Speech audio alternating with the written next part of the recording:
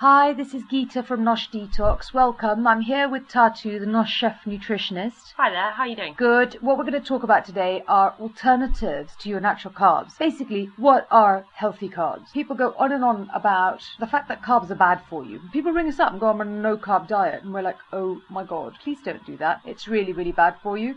So we thought instead of coming off carbs, why don't we have a better understanding of A, what carbs do for you and why they're good, and B, what good carbs look, sound and feel like. So we'll give you some alternatives to everyday carbs. So Tatu, take the first part. Why are carbs good for you? We need to have accessible glucose in our bodies. Our brains only run on glucose and ketones are like a byproduct of protein metabolism, so breaking down proteins in order to use them as energy. And if you have too many ketones in your body, for those who have undergone surgery, have gone through starvation, have an eating disorder like bulimia or anorexia, have severe diabetes, they have elevated levels of ketones in their body that causes ketoacidosis, which kind of rots them from the inside. And you can smell it.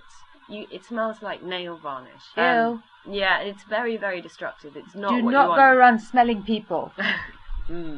So it's very, very important to have accessible carbohydrates. Now that doesn't mean eating phenomenal amounts of white rice, because then you end up with what we were talking about in our previous talk, with the sugar levels going up and down, the insulin overworking, the pancreas overworking, and your body just gets tired and confused and you end up with insulin resistance. So what we're talking about is that it's not actually that you need no carbs, but what you need are good carbs, which give you long release sugar and long release energy across a period of time, so your body can slowly assimilate it. So we're going to have a quick chat now about different kinds of carbs. So for example, Tatu's just said don't eat white rice. So Tatu, what would you have instead of white rice? Fairly obvious, but well, if you have a good quality brown rice, it's really a good idea.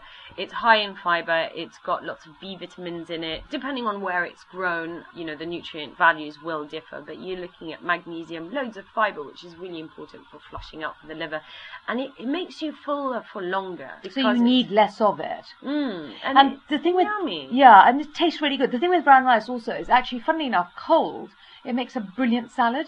And cold white rice really is very close to yuckiness, frankly, whereas cold brown rice, you can actually have a properly good brown rice salad. Okay, so then the other carb that's really carbon Tatu is potatoes. What should we do instead of potatoes? Well, if you are going to have potatoes, I think it's quite important to get a good quality organic potato and leave the skin on. The skin is where the good stuff is. The potassium and the selenium is hanging out in the skin, not in that lovely white squishy bit in the middle. Which tastes really good. But isn't it also, we grew up with sweet potato. I mean, we didn't have potatoes. In fact, I can't remember. We literally very rarely had potatoes. We ate sweet potato a lot. Sweet potatoes are fantastic. They're much higher in fiber. They contain good fats. They've got loads of beta-carotene in them. So what? Why is that good for you? Beta-carotene is very protective in regards to breast cancer, in fact, but only in a dietary capacity aspect. Yeah, so if you have supplemental beta-carotene, they've said it's probably not such a good idea if you have estrogen dominance and are... But the other thing with sweet potato is that you can actually eat sweet potato raw. It's one of those really interesting things that if you chopped it up in a food processor, it comes up in little bits that look like rice, and you can make a salad out of sweet potato. You can spice it with cumin. You could put in some raisins. What did we do? We tried that the other day, didn't we? What was it? Sweet potato, raisins, coriander. It had some chopped scallions in it, raw. Olive oil, lemon. I mean, it was fantastic. It's just a salad, you know. You can try that. What's another alternative? What about wheat? Because, you know, I'm completely against wheat. And I do rave slightly about it, so we won't go into that right now. What we want to give you, because I just think wheat is really bad for you. So the things that we'd like to do here, instead of raving about why it's bad for you, we'll talk about some alternatives to wheat. And one of the things I want to talk about initially is quinoa. So it's spelled Quinoa, and it's pronounced quinoa. And it's a very American grain in that they've used it in America for absolutely ages. It's recently come here. And it's fantastic because it's really high in protein, isn't it? Very easily assimilable protein. Yeah, it's got... I think the jury's out, but there are rumours that it's almost a complete protein, meaning that it's got a very wide range of amino acids, almost to the point that it's like a meat or a fish. So you're getting lots of nutrients there. It's very high in fibre as well. And fibre is the importance of our lives. lives today, flushing out all the toxins, making sure we have clean, Purify. gastrointestinal tract and all of that. Now, when you cook quinoa, I always cook quinoa with 1 cup of quinoa to 2 cups of water, and you come up with a really decent quinoa. There's many things that you could do to it, and Tatu will give us more funky versions. My basic version is that I will take a stock cube and I will dissolve it in the water that I'm going to cook the quinoa in, so that the quinoa has a taste. Because actually it's just like rice. You can put any taste you like on top of it, and you can have it cold, you can have it hot. You can do loads of things, can't you? We made quinoa pancakes because we cook the quinoa and we blend it with a bit of water, and we make quinoa pancakes. That's the batter there. What do you do with it? I am really fussy about when I cook my rice. I get really anal. It must have lots of bite to it, and I'm the same with quinoa. So 7 minutes is absolutely plenty, and often I'll cook it for less, so it's got more of a nutty texture. Charan, one of our chefs, makes an absolutely divine quinoa pilaf, which is lovely. I often put quinoa in a lunchbox special that I make. I steam my broccoli in the morning, whack it straight in my lunchbox, flake a fillet of salmon that I might have lying about from the night before, flake that in, and make a quick sauce with sesame oil, a bit of soy sauce or tamari sauce, lemon, bit of mustard powder. What else do I put in it? A little honey. And then, I have to tell you, Tatu's mouth's watering here. Can you hear that?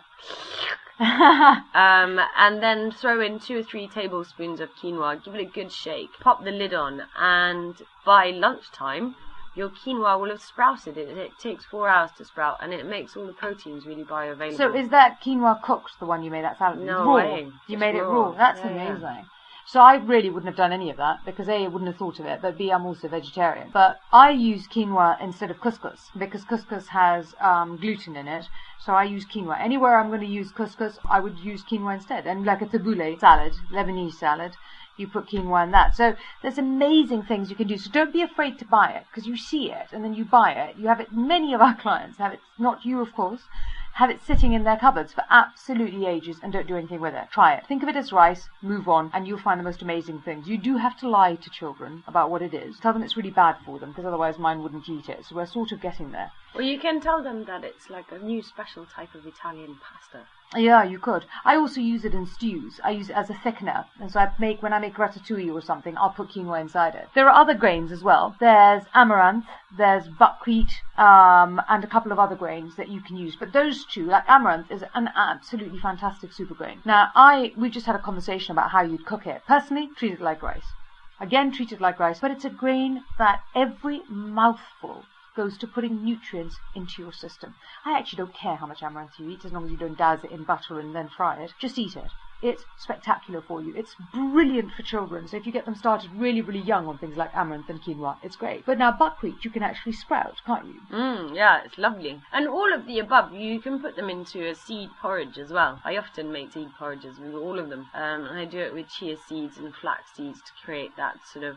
mucus is the wrong word, but you know it sounds really icky. Stop saying that. No, I really hate that it. smushiness that you get from porridge oats. Yeah, we're going to do another talk on healthy breakfast. But this is Geeta. Thank you very much for joining us. Good night.